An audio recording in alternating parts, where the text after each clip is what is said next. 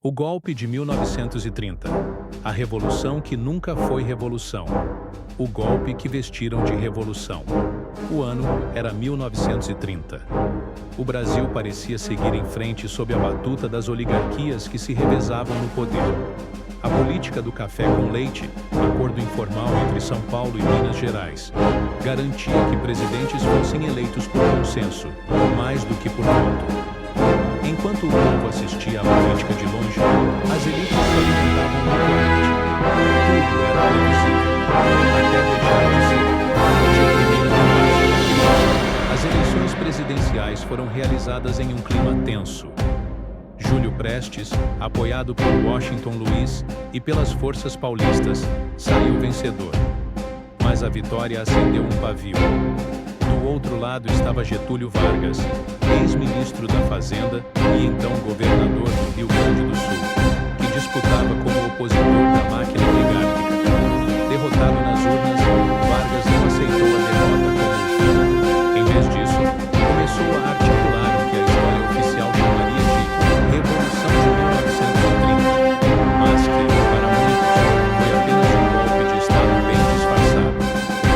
A morte de João Pessoa, vice na chapa de Vargas, semanas depois da eleição, foi um estopim emocional. Embora assassinado por motivos pessoais, sua morte foi transformada em símbolo político. A comoção foi explorada. As peças começaram a se mover. E, em outubro, tropas rebeldes marcharam sobre o país. O presidente Washington Luiz foi deposto. Júlio Prestes, o eleito, nunca tomou posse. E Getúlio Vargas, sem ter vencido as eleições, chegou ao poder pela força. A Revolução de 1930 foi, na prática, uma ruptura institucional conduzida por militares e elites regionais descontentes. Mas a narrativa construída ao longo das décadas a pintou como um levante popular, uma vitória contra o velho Brasil. A história foi escrita sob medida para dar legitimidade ao novo governo. A imprensa foi doutrinada, os livros didáticos moldados. A juventude ensinada a repetir o nome Revolução com orgulho, como se aquele 3 de novembro tivesse sido fruto da vontade do povo, e não da articulação de chefes militares e coronéis regionais. Mas o que havia de popular naquela ruptura? Onde estavam os trabalhadores, os camponeses, os negros, os indígenas, os sem voto? A grande massa da população assistiu tudo como sempre, à distância, sem entender ao certo quem mandava, nem porquê. Getúlio chegou ao poder prometendo modernizar o Brasil, romper com as velhas estruturas e dar voz às minorias. Em parte cumpriu. Criou leis trabalhistas, fortaleceu o Estado, industrializou o país. Mas fez isso concentrando o poder nas próprias mãos, dissolvendo o Congresso, censurando a imprensa e, mais tarde, instaurando uma ditadura que duraria até 1945. A suposta Revolução de 1930 não colocou o povo no centro, apenas trocou os donos do poder e fez isso com a narrativa perfeita. Vestir o golpe com as roupas de herói. Este vídeo é um convite para revisitar esse momento com olhos abertos, sem filtro, sem fanatismo, sem os discursos prontos que a história oficial repetiu. Vamos olhar para os bastidores, os interesses, as traições, os silêncios, os acordos que levaram à ascensão de Vargas e que continuam ocorrendo na política brasileira até hoje. Porque se a história é feita pelos vencedores, nosso papel agora é escutá-la com atenção dedicada e talvez, finalmente, chamar as coisas pelo nome certo. A República Velha em ruínas. O Brasil entrou no século XX como uma república em aparência, mas monárquica em essência. A chamada República Velha, inaugurada com o golpe militar de 1889, era governada por um pacto silencioso entre as elites agrárias de São Paulo e Minas Gerais. De um lado, o café, do outro, o leite. E no meio disso tudo, uma multidão de brasileiros analfabetos, sem direito ao voto, esmagados por uma estrutura que os impedia de sequer entender o jogo político ao qual pertenciam sem saber. A política dos governadores, orquestrada por Campos Salles ainda nos primeiros anos da República, criou uma engrenagem quase inquebrável. Presidentes elegiam governadores, governadores elegiam deputados, deputados aprovavam medidas para manter os presidentes no poder. Era uma corrente fechada, amarrada por interesses regionais e selada por eleições manipuladas. O voto era aberto, fiscalizado pelos coronéis locais, que prometiam emprego ou punição em troca da fidelidade política. Esse sistema, conhecido como voto de cabresto, permitia que as oligarquias dominassem o Estado de forma absoluta. Os chamados coronéis, fazendeiros ricos, donos de terras, de gado e de gente, tinham mais poder do que qualquer prefeito ou juiz. A força pública lhes obedecia, a lei era maleável, e a justiça, um conceito aplicado conforme a conveniência de quem mandava. Enquanto isso, o Brasil urbano crescia. As cidades começaram a se transformar com a chegada da eletricidade, das fábricas, dos sindicatos. O operariado ganhava força. A classe média começava a se formar. Mas o sistema político seguia preso às fazendas, às alianças familiares, à lógica patrimonialista. Um país que queria correr com os pés presos ao chão. No exterior, o mundo mudava. A Primeira Guerra havia abalado as estruturas da Europa. A Revolução Russa assustava os donos do capital, e a crise de 1929 estourava como um raio no centro do capitalismo global. O preço do café despencava. O Brasil, que dependia quase exclusivamente de sua exportação, mergulhava numa crise econômica e institucional. A elite paulista tentava manter o controle, mas o edifício começava a trincar. A tensão se agravava dentro do próprio exército. Jovens oficiais, os tenentes, questionavam o sistema oligárquico. Tinham participado de levantes armados como os de 1922 e 1924, e mesmo derrotados, carregavam um sentimento de missão inacabada. Queriam um país mais moderno, menos corrupto, menos preso às velhas estruturas. Era um movimento ainda confuso, cheio de contradições, mas que já apontava para um desejo de ruptura. Foi nesse caldeirão que surgiu a candidatura de Getúlio Vargas, representando a Aliança Liberal, a chapa de paraibanos e paulista. Prometia reformas sociais, combate à corrupção e renovação política. Mas, acima de tudo, canalizava o cansaço de uma república que, embora nova, já nascia com vícios antigos. A eleição de 1930 não seria uma disputa entre dois projetos de país. Seria o estopim de uma ruptura, com cheiro de vingança, gosto de traição e uma roupagem que muitos ainda tentam chamar de revolução.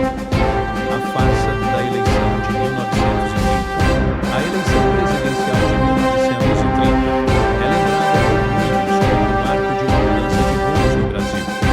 Mas por trás do discurso de ruptura, havia uma farsa montada com precisão. O país foi às urnas no dia 1º de março, mas o resultado já estava desenhado um mês antes. Júlio Prestes, paulista, representante direto da elite cafeeira e apoiado por Washington Luiz, era o candidato da situação. Getúlio Vargas vinha como a esperança de renovação, com apoio da Aliança Liberal. A disputa, porém, era tudo menos equilibrada. Não havia justiça eleitoral independente. Não havia voto secreto. O eleitor era coagido, observado e, muitas vezes, impedido de votar. As listas de eleitores eram manipuladas. Mortos votavam. Crianças também.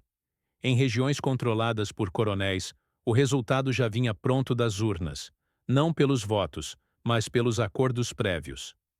Nas cidades, A repressão e o medo garantiam que os votos não contrariassem os interesses dominantes. A imprensa, majoritariamente alinhada com o governo, já cantava a vitória de Prestes antes mesmo das urnas serem abertas. A estrutura do Estado estava toda voltada para garantir a continuidade do poder. Os chefes políticos regionais, temendo perder seus privilégios, acionaram suas redes de influência. O judiciário, comprometido, fechava os olhos. O jogo era novo, mas independente das aparências. Assim, Getúlio Vargas conseguiu quase 1 milhão de votos. A Aliança Liberal saiu das urnas como derrotada oficialmente, mas vitoriosa na narrativa que começou a construir. Não aceitou o resultado. Acusou o governo de fraude, de manipulação, de ter assassinado a democracia. Era o início de uma virada que não seria feita com votos, mas com armas. A figura de Getúlio Vargas ganhava força, não apenas por seu carisma político, mas porque reunia em torno de si forças muito distintas: tenentes do exército, industriais emergentes, parte da classe média urbana, políticos regionais insatisfeitos, líderes sindicais. Todos viram em Vargas uma possibilidade, cada um com um motivo. Mas nenhum deles estava interessado em apenas assistir a derrota se consumar. Enquanto isso, Washington DC continha a postura arrogante de quem acredita que tudo está sob controle, ignorava os sinais de instabilidade, acreditava na força do poder estabelecido, subestimava os militares, desprezava os gaúchos. Não via no sul do Brasil um perigo real. Mas os sinais estavam por toda parte. Quartéis inquietos, reuniões discretas, telegramas cifrados cruzando o país. A conspiração crescia. O assassinato de João Pessoa, vice de Vargas, semanas depois da eleição, foi o catalisador perfeito. Embora morto por uma questão pessoal, uma vingança relacionada a ofensas familiares, sua morte foi transformada em ato político. O cadáver foi elevado à condição de mártir. As imagens do velório, da comoção popular, das ruas lotadas, foram utilizadas como ferramenta de mobilização. O luto se tornou combustível. A narrativa da traição, da injustiça eleitoral, da violência de Estado, se consolidava. Era tudo parte de um script. A eleição, no fundo, foi apenas um ato simbólico em uma peça com o final já decidido nos bastidores. Vargas e seus aliados entenderam que não era mais hora de discursos, era hora de romper. E para isso, a palavra democracia foi colocada de lado. O próximo passo seria a marchas e deposições. O povo, mais uma vez, só assistia. João Pessoa e o corpo que virou bandeira. Era 26 de julho de 1930. João Pessoa, então presidente da Paraíba e vice na chapa de Getúlio Vargas, entrava em uma confeitaria no Recife. Poucos minutos depois, tombava baleado por João Dantas, um inimigo pessoal, advogado ligado à oligarquia local. O motivo oficial: vingança por uma devassa que expôs cartas íntimas e escandalizou a cidade. Mas o que poderia ter sido apenas mais uma tragédia provinciana, rapidamente se transformou em símbolo nacional. O cadáver de João Pessoa seria usado como bandeira, e a morte, transformada em combustível político. A Aliança Liberal aproveitou o acontecimento como uma dádiva estratégica. A comoção pública diante do assassinato foi imensa. As ruas do Recife se encheram de gente. Carregado em cortejo, foi acompanhado por milhares em silêncio, lágrimas e punhos cerrados. Imagens do velório circularam pelos jornais. A expressão serena do morto contrastava com o clima de indignação que se espalhava. E os líderes da oposição sabiam o que fazer com isso. João Pessoa, até então um político de expressão regional, foi elevado ao status de mártir nacional. Seu nome foi retirado da periferia da memória política e gravado nos púlpitos dos discursos inflamados que começavam a agitar o país. A morte foi rebatizada como crime político. E o governo de Washington Luiz, mesmo sem envolvimento direto, foi acusado de complacência, se não com o crime, ao menos com o sistema que o permitira. A narrativa ganhou corpo. O herói caído virou símbolo da luta contra a República Velha, contra a violência das oligarquias, contra a injustiça das urnas. Saiu para riba, entrou João Pessoa. O mapa do Brasil se reescrevia em sintonia com a retórica revolucionária que Vargas e seus aliados costuravam em silêncio. Nos bastidores, líderes militares já se movimentavam. A comoção nacional em torno da morte de João Pessoa criou a atmosfera perfeita para justificar uma ruptura. Era o pretexto emocional que faltava para transformar a rejeição ao resultado das eleições em mobilização real. A imagem do vice-morto unificava os discursos, alinhava os interesses e inflava os ressentimentos. A estratégia era clara: transformar a luta em ação. O cadáver de João Pessoa passou a circular como imagem sagrada entre os grupos que conspiravam contra o governo. Sua ausência virou presença, sua morte virou mistura. E com isso, o país dava mais um passo em direção ao colapso institucional. Mas há uma pergunta que todos ousam fazer: João Pessoa queria isso? Teria ele aceitado que sua morte fosse usada como peça de propaganda? Ou teria se revoltado contra a manipulação de sua memória, contra a apropriação política de um crime passional? A resposta talvez esteja enterrada com ele. O fato é que ali, o Brasil descobriu uma verdade sombria. Nada é mais útil para um golpe do que um corpo simbólico para carregar à frente da marcha. Getúlio não hesitou. Soube ler o momento. Soube usar o morto para mobilizar os vivos. E o país, diante do luto, passou a olhar para a possibilidade da ruptura com olhos molhados e coração inflamado. O golpe estava a caminho. E vinha vestido de justiça poética. Quando os militares tomam a palavra. A política no Brasil da Primeira República sempre teve cheiro de terra molhada, de café torrado e de conchavo assinado no silêncio das fazendas. O exército, nesse cenário, era tratado como uma força auxiliar da ordem, útil para reprimir greves, conter revoltas, proteger as oligarquias. Mas o mundo girava, e o exército brasileiro também começava a olhar para si com outros olhos. Depois de anos sendo usado para a proteção das elites, passou a se enxergar como agente moral da nação. Foi nesse espírito que surgiu o movimento tenentista, nos anos 1920, uma revolta interna dentro das Forças Armadas, conduzida por jovens oficiais inconformados com a corrupção da política e a paralisia da justiça. O Brasil que eles queriam era moderno, centralizado, limpo. Embora derrotados nos levantes armados, como os de 1922 e 1924, os tenentes não foram calados.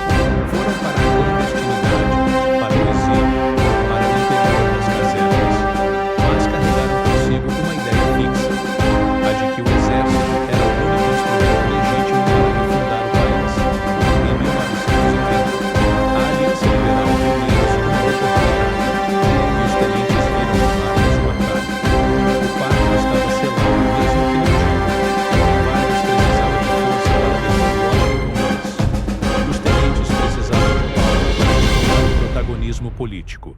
E seria o exército, com seus generais e coronéis divididos, o estopim e o pavio da crise.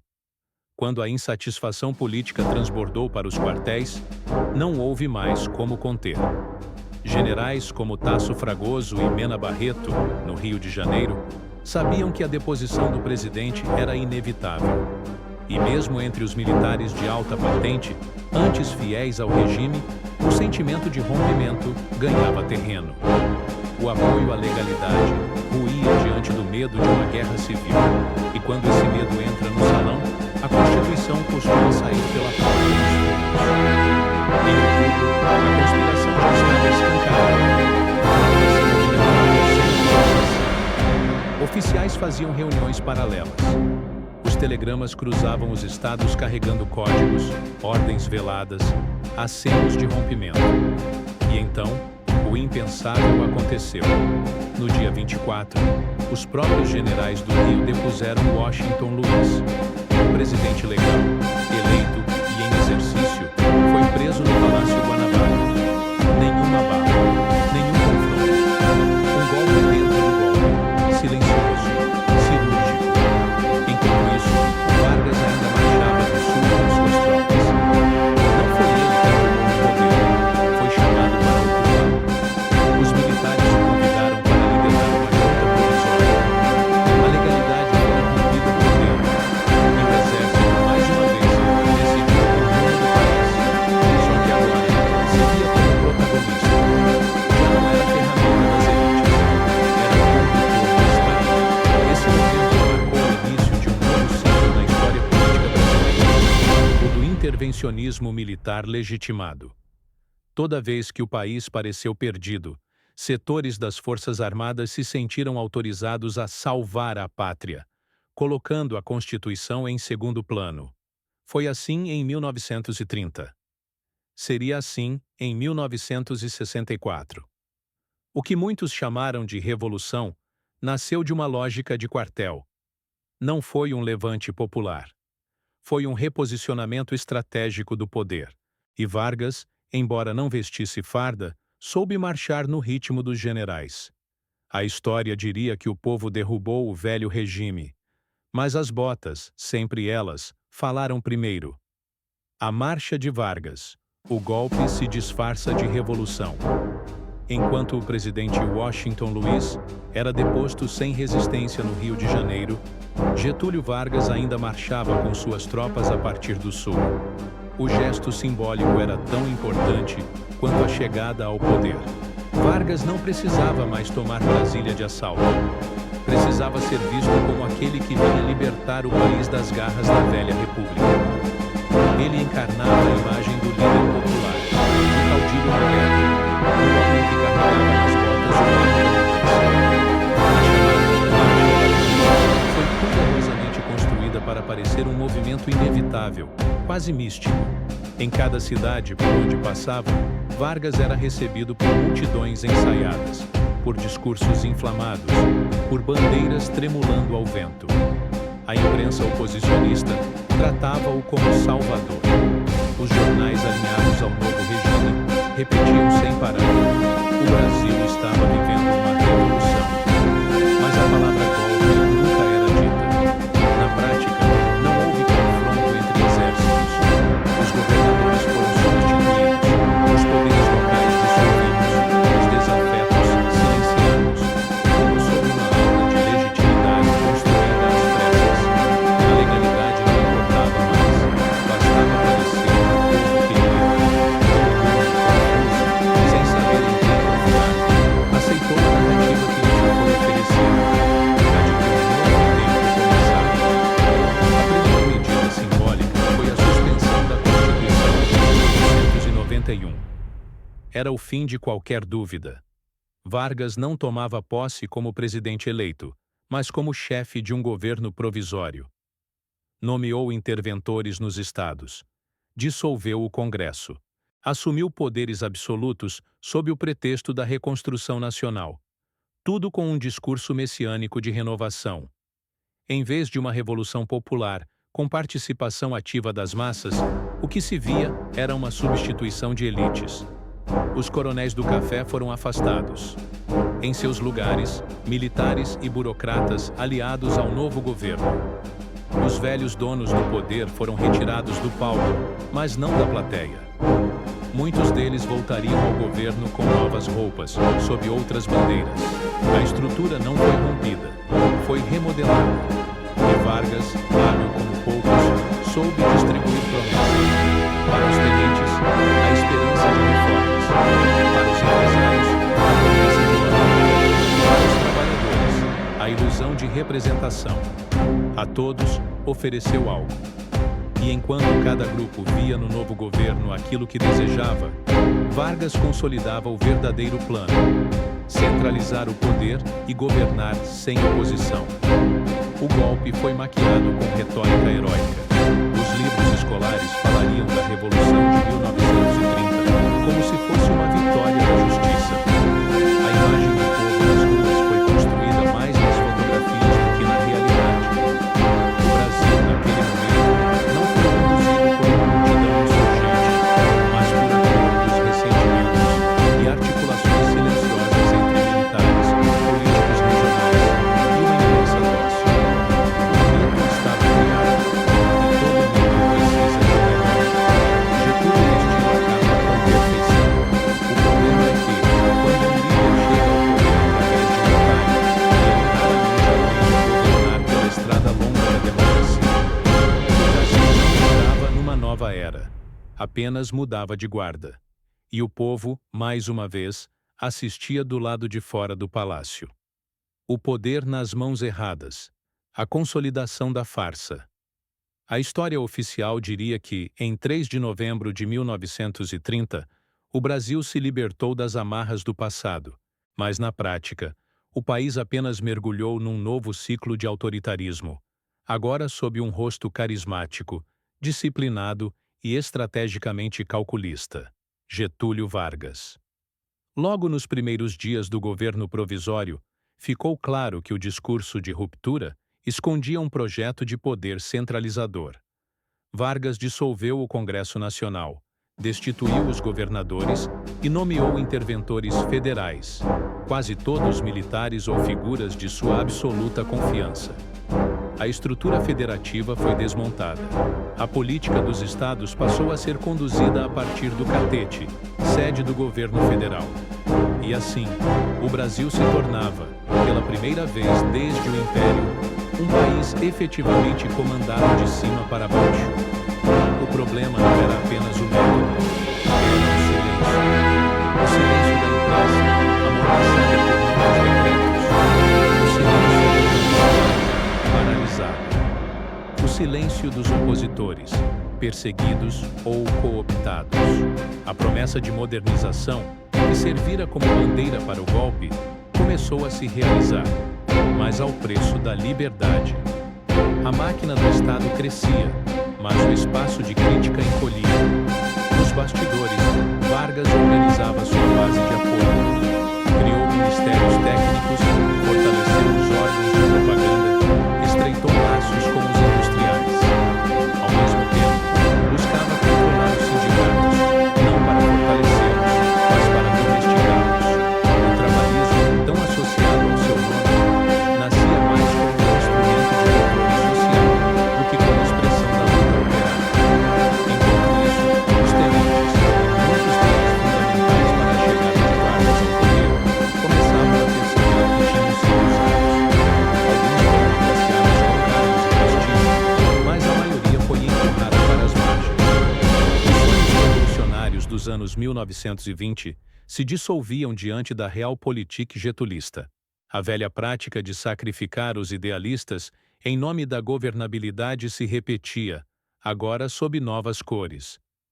A grande ironia é que Vargas começava a consolidar um Estado forte com os mesmos métodos da velha República que ele dizia combater: o clientelismo, o centralismo, a manipulação das massas. Apenas trocou os protagonistas. Os coronéis rurais saíam de cena, mas eram substituídos por burocratas leais e militares alinhados. Os jornais que antes serviam à oligarquia agora serviam ao Estado. A censura mudava de rosto, mas não de função. Ainda assim, Getúlio manteve sua imagem pública quase intacta.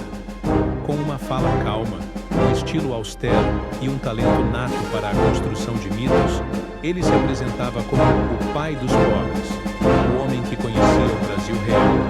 Concedia entrevistas escolhidas a dedo, participava de eventos públicos e encenava a possibilidade da vida. E aparecia nas fotos sempre como alguém que ouvia mais do que mandava. Mas a verdade estava nos corredores do poder. Getúlio Vargas era agora o senhor absoluto da política nacional. E fazia isso sem precisar de tanques nas ruas, sem perseguições ostensivas. Bastava o medo discreto, o controle cirúrgico, a negociação silenciosa. Era um ditador sem grito, mas com caneta afiada. A Revolução de 1930 já não era mais chamada de golpe. Nos documentos oficiais, nas escolas, nas manchetes, era tratada como redenção nacional. Um novo Brasil teria nascido ali.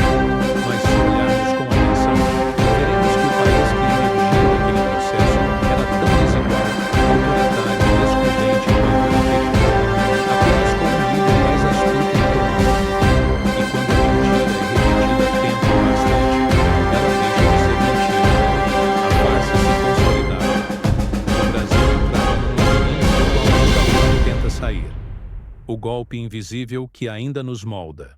Passaram-se décadas, governos, constituições, partidos, e o Brasil ainda vive sob a sombra do que aconteceu em 1930. O golpe, vendido como revolução, não apenas remodelou o sistema político, mas também deixou cicatrizes profundas no modo como o país entende o poder, a democracia e o próprio povo. Foi ali, em outubro de 1930, que o Brasil aprendeu uma lição silenciosa, porém duradoura: que a força pode se disfarçar de justiça, que a ruptura pode vestir a roupa da esperança, e que uma farsa bem encenada pode se transformar em história oficial. A cultura política nacional passou a funcionar a partir desse modelo. Governos provisórios se tornam permanentes. Exceções viram regras. Interlocutores viram governadores. Ditadores viram estadistas. E o povo, quase sempre nos momentos decisivos, é convocado apenas depois, para aplaudir, para legitimar ou para esquecer. Getúlio Vargas não apenas inaugurou um novo tempo, ele fundou uma nova linguagem do poder no Brasil. Uma linguagem em que a autoridade se exerce sem resistência visível, em que a centralização é vendida como eficiência e em que o líder se torna maior do que as instituições. Essa lógica sobreviveu a ele. Reapareceu em 1937, com o Estado Novo. Ressurgiu em 1964, com o golpe militar. E continua reverberando nos tempos de hoje, em discursos de salvadores da pátria e promessas de ordem a qualquer custo. O golpe de 1930 mudou não apenas a trajetória política, mas a mentalidade nacional. Criou-se a ideia de que é possível romper com a democracia em nome de um bem maior, mesmo que esse bem nunca se concretize. Que se pode convocar a Constituição para salvar a nação. Que o povo pode ser convocado apenas para legitimar aquilo que já foi decidido nos gabinetes. Essa herança está presente quando se normaliza a concentração de poder, quando se naturaliza o autoritarismo em nome da governabilidade, quando se desconfia das instituições republicanas e se deposita esperança em figuras carismáticas. O espírito de 30 vive nas entrelinhas dos discursos inflamados e nas soluções fáceis para problemas complexos. E o mais assustador, ainda chamamos isso de revolução. O Brasil nunca fez uma revolução no sentido clássico do termo. O que houve em 1930 foi um arranjo de elites, um pacto de poder mascarado por promessas de renovação. O povo não tomou as ruas. O sistema não foi desmontado. A desigualdade não foi enfrentada. O que mudou foi o rosto no retrato oficial. Mas a propaganda foi tão bem feita que até hoje muitos acreditam que ali começou um novo Brasil. Não começou. Ali, o velho Brasil se reciclou. Olhar para 1930 com honestidade é mais do que um exercício histórico. É uma necessidade política. Porque enquanto continuarmos chamando o golpe de revolução, estaremos condenados a repetir o erro. E pior, a ensiná-lo como acerto. A pergunta que fica é: quantos outros golpes ainda serão disfarçados de revolução, enquanto a história segue sendo escrita pelos vencedores?